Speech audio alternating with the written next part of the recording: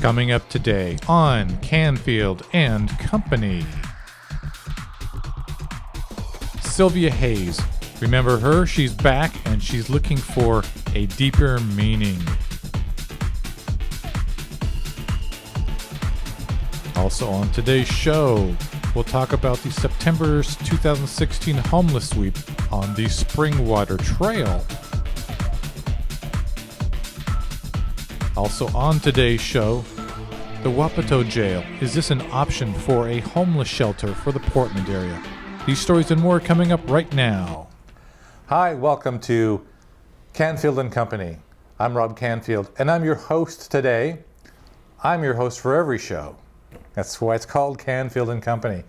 In the studio today, in the control room of the studio today, we have our co-host today, which is Frank Martin, our director. Hey, Frank, how's it going in there today? It goes fine on this fine Saturday afternoon. We have a bunch of fun topics today, Frank. We're going to sweep out the Springwater Trail. I'm not talking like, there's that TV show. Used to be that TV show, Supermarket Sweep. No, this isn't anything like that. It's Springwater Corridor Sweep that just happened last week. I think they started September 1st. Does that sound right, Frank? That's what I understood. Yeah, and they went and did a sweep of the homeless down there on the Springwater Trail.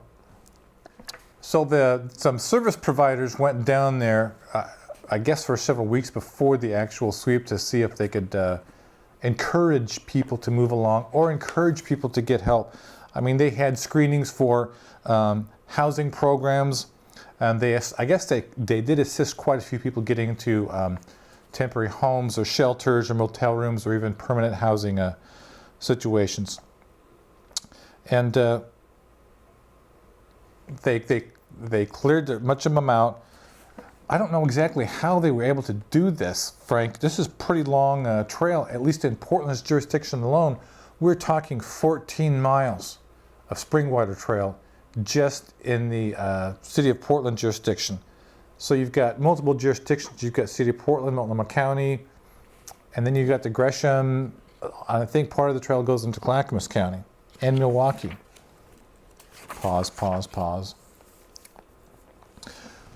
Here's some more things that they did during the sweep. They made over 600 contacts with campers. I'd love that, Frank. They called them campers, like, hey, I'm going to the state park and I'm going camping with the family. They're not exactly campers. They were living there. They did move several people off the Springwater Trail, which I believe is a good thing. And the deal is, this cost a lot of money. They're talking at least $75,000 to $90,000 just to set up the cleanup, and the actual cleanup you're looking at $150,000 to $400,000 of cleanup. Now you're talking serious money, Frank. They used thousands of garbage bags. They filled. Every single day they were doing this, they're filling up 8 of those gigantic dumpsters. It's a heck of a lot of stuff. And then they had the biohazards. You might have thought, based on reading the newspaper, that there was a diabetic convention going on the Springwater Trail, because during the biohazard cleanup, they found thousands of disposable needles, thousands of them. Frank, do you think that there was a lot of crime activity going on at Springwater Trail over the last several years?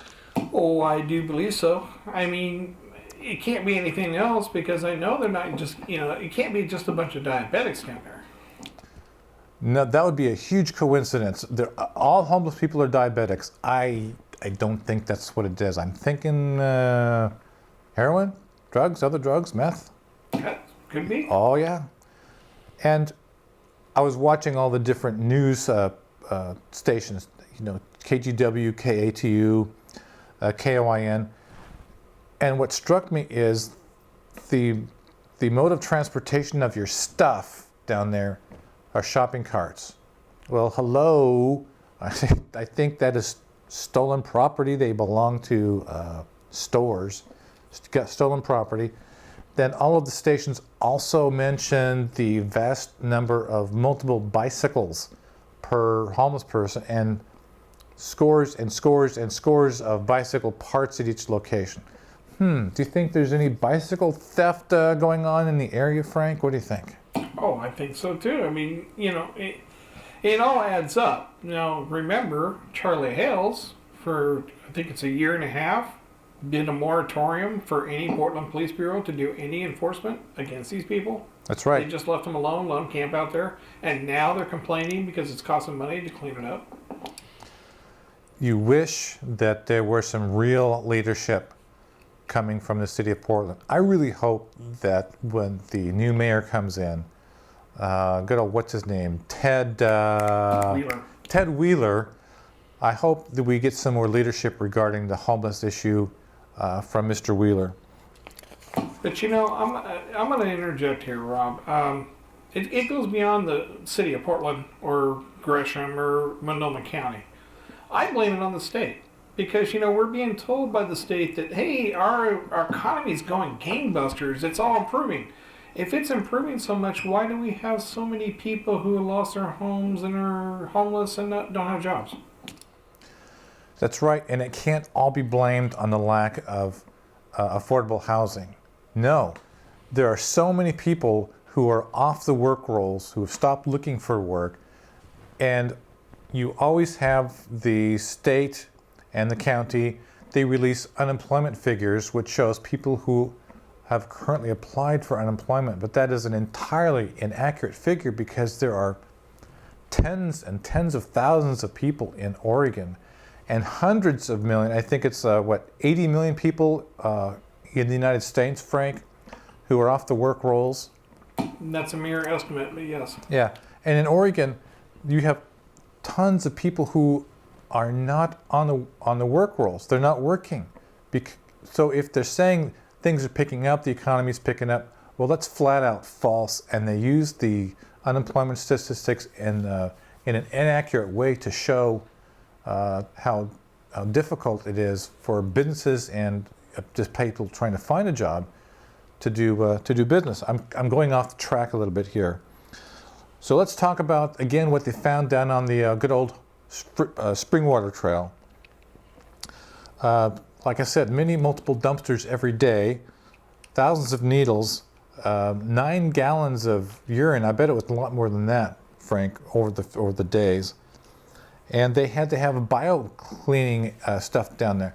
This biohazard stuff, it is nasty. You don't want to deal with it. You have to wear special suits. It's nasty. You don't want to have to deal with it. So I don't know what needs to be done to kick the elected officials to realize, hey, we've got an unemployment problem. Yes, there is a drug problem. And why are we letting people break the law? Just simple things like stealing the shopping carts, bicycle theft in a town famous for its bicycles.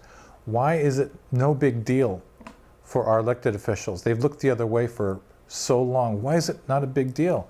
And then they came up with the concept in the city of Portland, let's all shove them down into a warehouse on the dock side of northeast Portland that is actually a Superfund cleanup site, not fit for human habitation. And their idea is we'll push them in there to keep them off the streets of downtown. And again, we're funding the problem, and I don't understand it. And again, it's a Homer Williams developer guy who is proposing this. He has made millions, if not hundreds of $millions on all the urban renewal projects in Portland. And it's really outrageous that the city of Portland thought they could get away with housing the homeless down there. It's illegal according to state land use rules. You can't do it.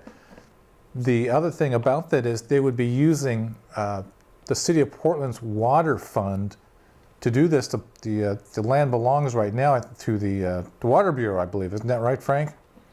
I understand the City Water Bureau to the Port of Portland, but if they're using the Water Bureau, it fits because Portland refuses to lower their sewer rates and they use it as a slush fund. I understand that particular property. The city's Water Bureau owns it, And a guy has sued the city just for that. You cannot use sewer funds and water funds for things. You cannot not use those funds except for water and sewer. You had the city also already admitting on previous projects that Randy Leonard funded that were sewer and water funded that were not. They agreed to give that money back. Now they're going to try and do it again. Leadership. Follow the rules. Don't put homeless people in a hazardous place where there's hazardous materials. Even where they put folks in the former Multnomah County Sheriff's Building at 122nd and Gleason, that had multiple hazard problems with I believe, lead paint and possibly asbestos, and they stuck homeless people in there. That's why the sheriff's office moved out of there, and now they're sticking the homeless in there. I don't know what they're thinking, Frank, except they're not thinking, are they?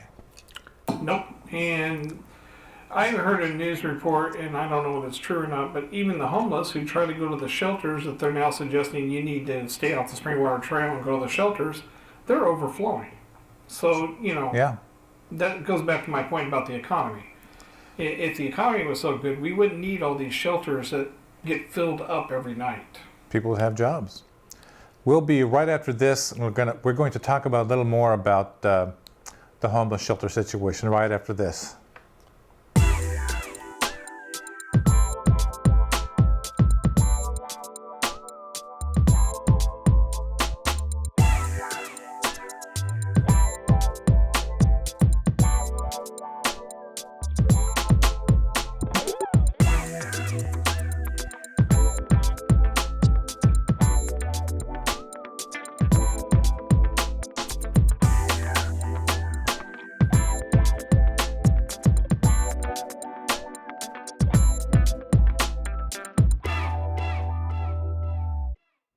Hi, welcome back to Canfield Company.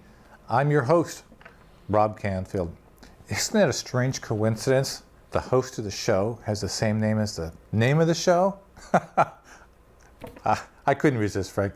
With me today is my co-host, and he's also the director of the show, Frank Martin. Any monsters today, Frank, or are they No, dormant? I tamed the monster this time. He paid him off. We have a keep the monsters out of the control room slush fund. We paid them off with Monster Energy drinks is actually what we did. We've been talking about the homeless in Portland, the Springwater Trail. So, folks, the politicians, the elected officials are trying to figure out, where do we put the homeless people? So they've been scattered from the Springwater Trail and scattered amongst different homeless shelters and all sorts of different things. Multnomah County Commissioner Loretta Smith had a letter to the editor in one of the local newspapers where she said, let's open Wapato Jail to house the homeless people today.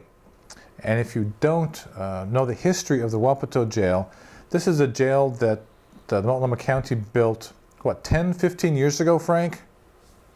It was before I moved in the area, before I retired out of the Air Force, but yeah, I moved here in 2007.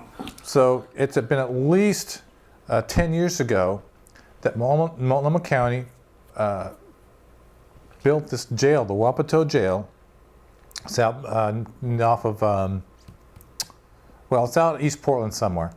And they never opened it because although they got the money to build the building, the Wapato Jail, they never quite got around to figuring out the operating expenses for the jail. So it's been sitting empty for the last at least 10 years. So Commissioner Loretta Smith, Multnomah County, she had an op-ed in the Portland Tribune, and she brought up the debate again, let's use Wapato Jail. This is what she wrote in the Portland Tribune. I'm going to quote here. She says, "We are missing a giant opportunity to use the empty Wapato facility as a shelter." She says, "This region has homeless camps throughout our city going unchecked and unchanged without the County Board of Commissioners offering up Wapato, a building that we spent over $500,000 a year to sit empty. Wapato is a taxpayer-funded project that cost $58 million to build. Now, she continued in her op-ed, she said, and I quote, "It is a facility that has appropriate shower, toilet, kitchen, heating, cooling, and community rooms that can serve 500 to 1,000 homeless residents today."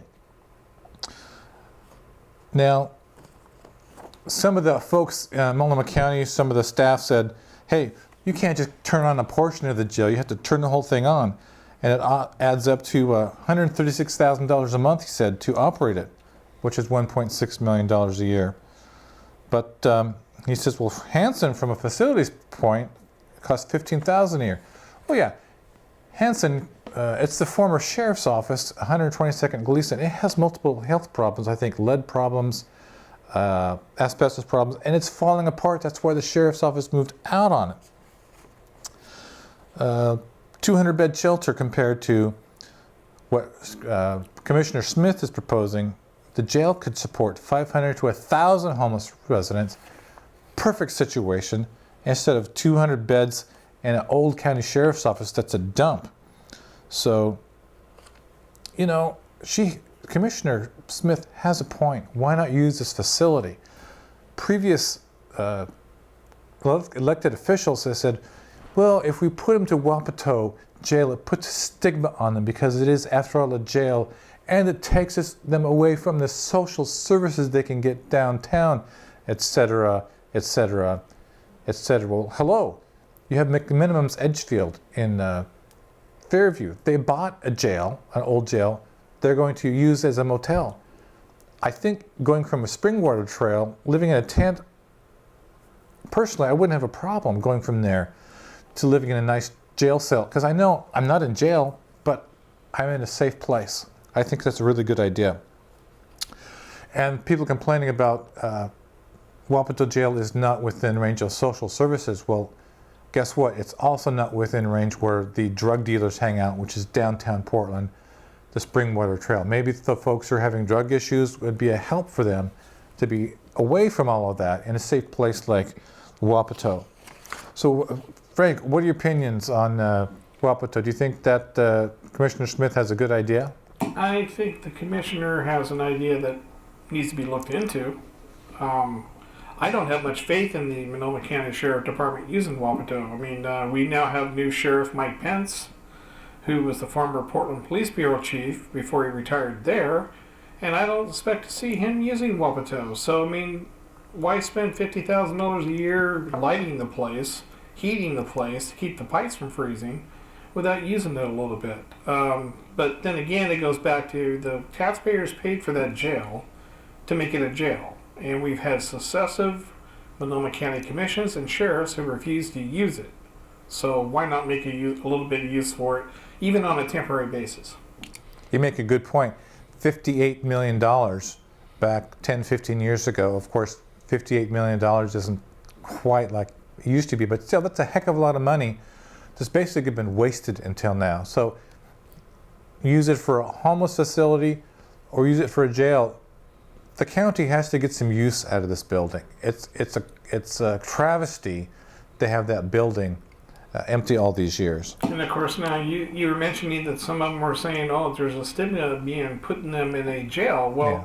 I think there's a stigma of seeing all these people now camping on every available back lot since they pushed everybody out of the Springwater Trail. So I mean, where's the stigma? I mean, and you think about it. 500 people on a 18-mile stretch of trail. You think at the amount of just the hygiene portion of that, where does all that stuff go? There were no outhouses on the Springwater Trail. Where do you think all that stuff went? And the food they bought and the stuff they brought with them. You'd be amazed. I mean, there were cupboards, there were dressers, it was amazing the amount of stuff the people who were camping on the Springwater Trail had with them. The modern day equivalent of the Depression era hobo camps. Right. And again, it goes back to what you're saying about the number of people who have not been able to find a job. And we're going to have another topic on this topic in another show, because it's really important to show the lack of accuracy and actual deception that's going on with regard to unemployment figures and why people are homeless to begin with. And I'll probably make myself unpopular by saying this, but it does affect people here in East County because now some of those people are coming out here to East County. I see them around in where I live in Gresham, and they're pushing out because they're being kicked out of the Portland area. So it will affect us one way or the other. And you have a semi-permanent population out here, homeless population out here in East County at what's referred to as 1,000 acres or Sandy River Delta. And every year the Sheriff's Office and the State Police and the local law enforcement, they do a sweep and they haul out tons and tons of trash, stolen materials, you name it, drug paraphernalia. Doesn't really do any good. The people just go back to what they're doing. So the homeless are already out here. And like you said, Frank, once they roust them from the Springwater Trail, they're going to go someplace else, into Gresham, into Troutdale, Wood Village, and even into Portland. And I talked about in a previous show, one of the pastors in Gresham Church said all Portland and Gresham are doing is playing whack-a-mole with the homeless people. The Portland will kick them out of their town and put them into Gresham, and then Gresham does a whack-a-mole thing, shoots them to Portland without addressing the core issues, employment, helping people get off of drugs, multiple of issues. And our society has been dropping the ball. Well, that's enough for this topic. We're going to have some more. Coming up next, we're going to talk about Cylvia Hayes. Remember her? We'll be right back.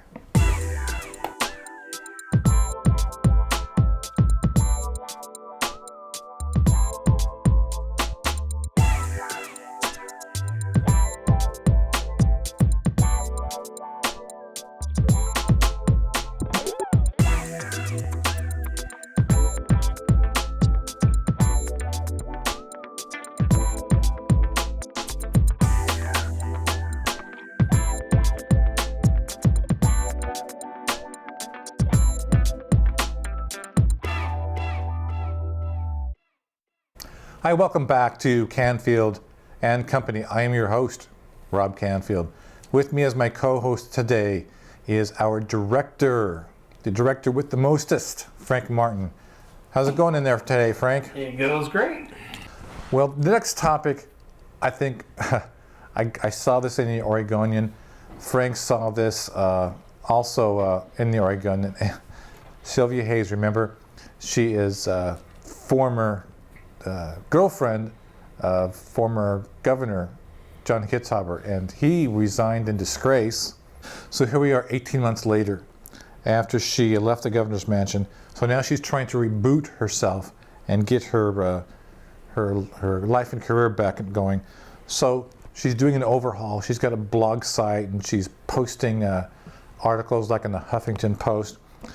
Well, a couple of weeks ago, she put an article in the Huffington Post, which I had to laugh about, 10 Rules in Reinventing Yourself by Cylvia Hayes. So number one, Frank, on her list is look for deeper meaning in the mess. So, she says, quote, 2 years ago when my life blew up again in spectacular fashion, I was freaked out, angry, and absolutely terrified. Actually, Frank, when I found out that of the allegations of using government job to get personal business, I was freaked out and angry. Weren't you? Oh, yeah. Her number two hint on how to reinvent yourself. Make conscious choices, she says. She says, sometimes life blows up and we have no other option but to reinvent. And actually, Frank, she's been pretty good at this because in her past, she's reinvented herself quite a few times. If I understand correctly, she married a guy just so he could stay in the United States and stay in the United States. That's pretty much reinventing yourself, right? Which is against the law, but yes. Yeah. And then he sweet-talked the guy into buying her some land to grow a marijuana farm, right? At the time, against the law. Which is against the law. So she made a conscious choice there to reinvent herself, so she must be an expert on this. And then she persuaded some folks to loan her the money to buy her house in Bend, which is reinventing herself, right? And then she refinanced the house without telling the bank, and she took the equity out of the house without telling the bank, allegedly. So that's a good way of reinventing yourself. So I think this possible rule to reinvent yourself, I think she's an expert at reinventing herself. Which goes back to point number 2, that's freeing herself. Yes, exactly. Go on her website, I guess, cylviahayes.com, and read the rest. Well, that's it for this particular topic. And enough Cylvia Hayes. We shed some tears, and we felt kind of sorry for her. Yeah. I will put a pre-op in for you folks out there in the television. I have a very hard time feeling sorry for Miss Hayes, because if she kept talking in her speech there about a career, and I don't think being a future wife of a governor is a career. I'm sorry. I can't feel that. I can't feel bad. Oh, what a tale we weave when we attempt to get a governor's reprieve or something like that. So, well, Frank, that's it for this episode of Canfield Company. Thanks for being the co-host today. Yeah, it was a lot of fun. Yeah, we had a good show today. If you have any comments or questions on the show, feel free to shoot me an email at robert@robertcanfield.com. Thanks again for watching the show, and thanks again, Frank Martin, for being the director with the most, and a co-host today. And I hope you all have a great Canfield Company day. We'll see you next time.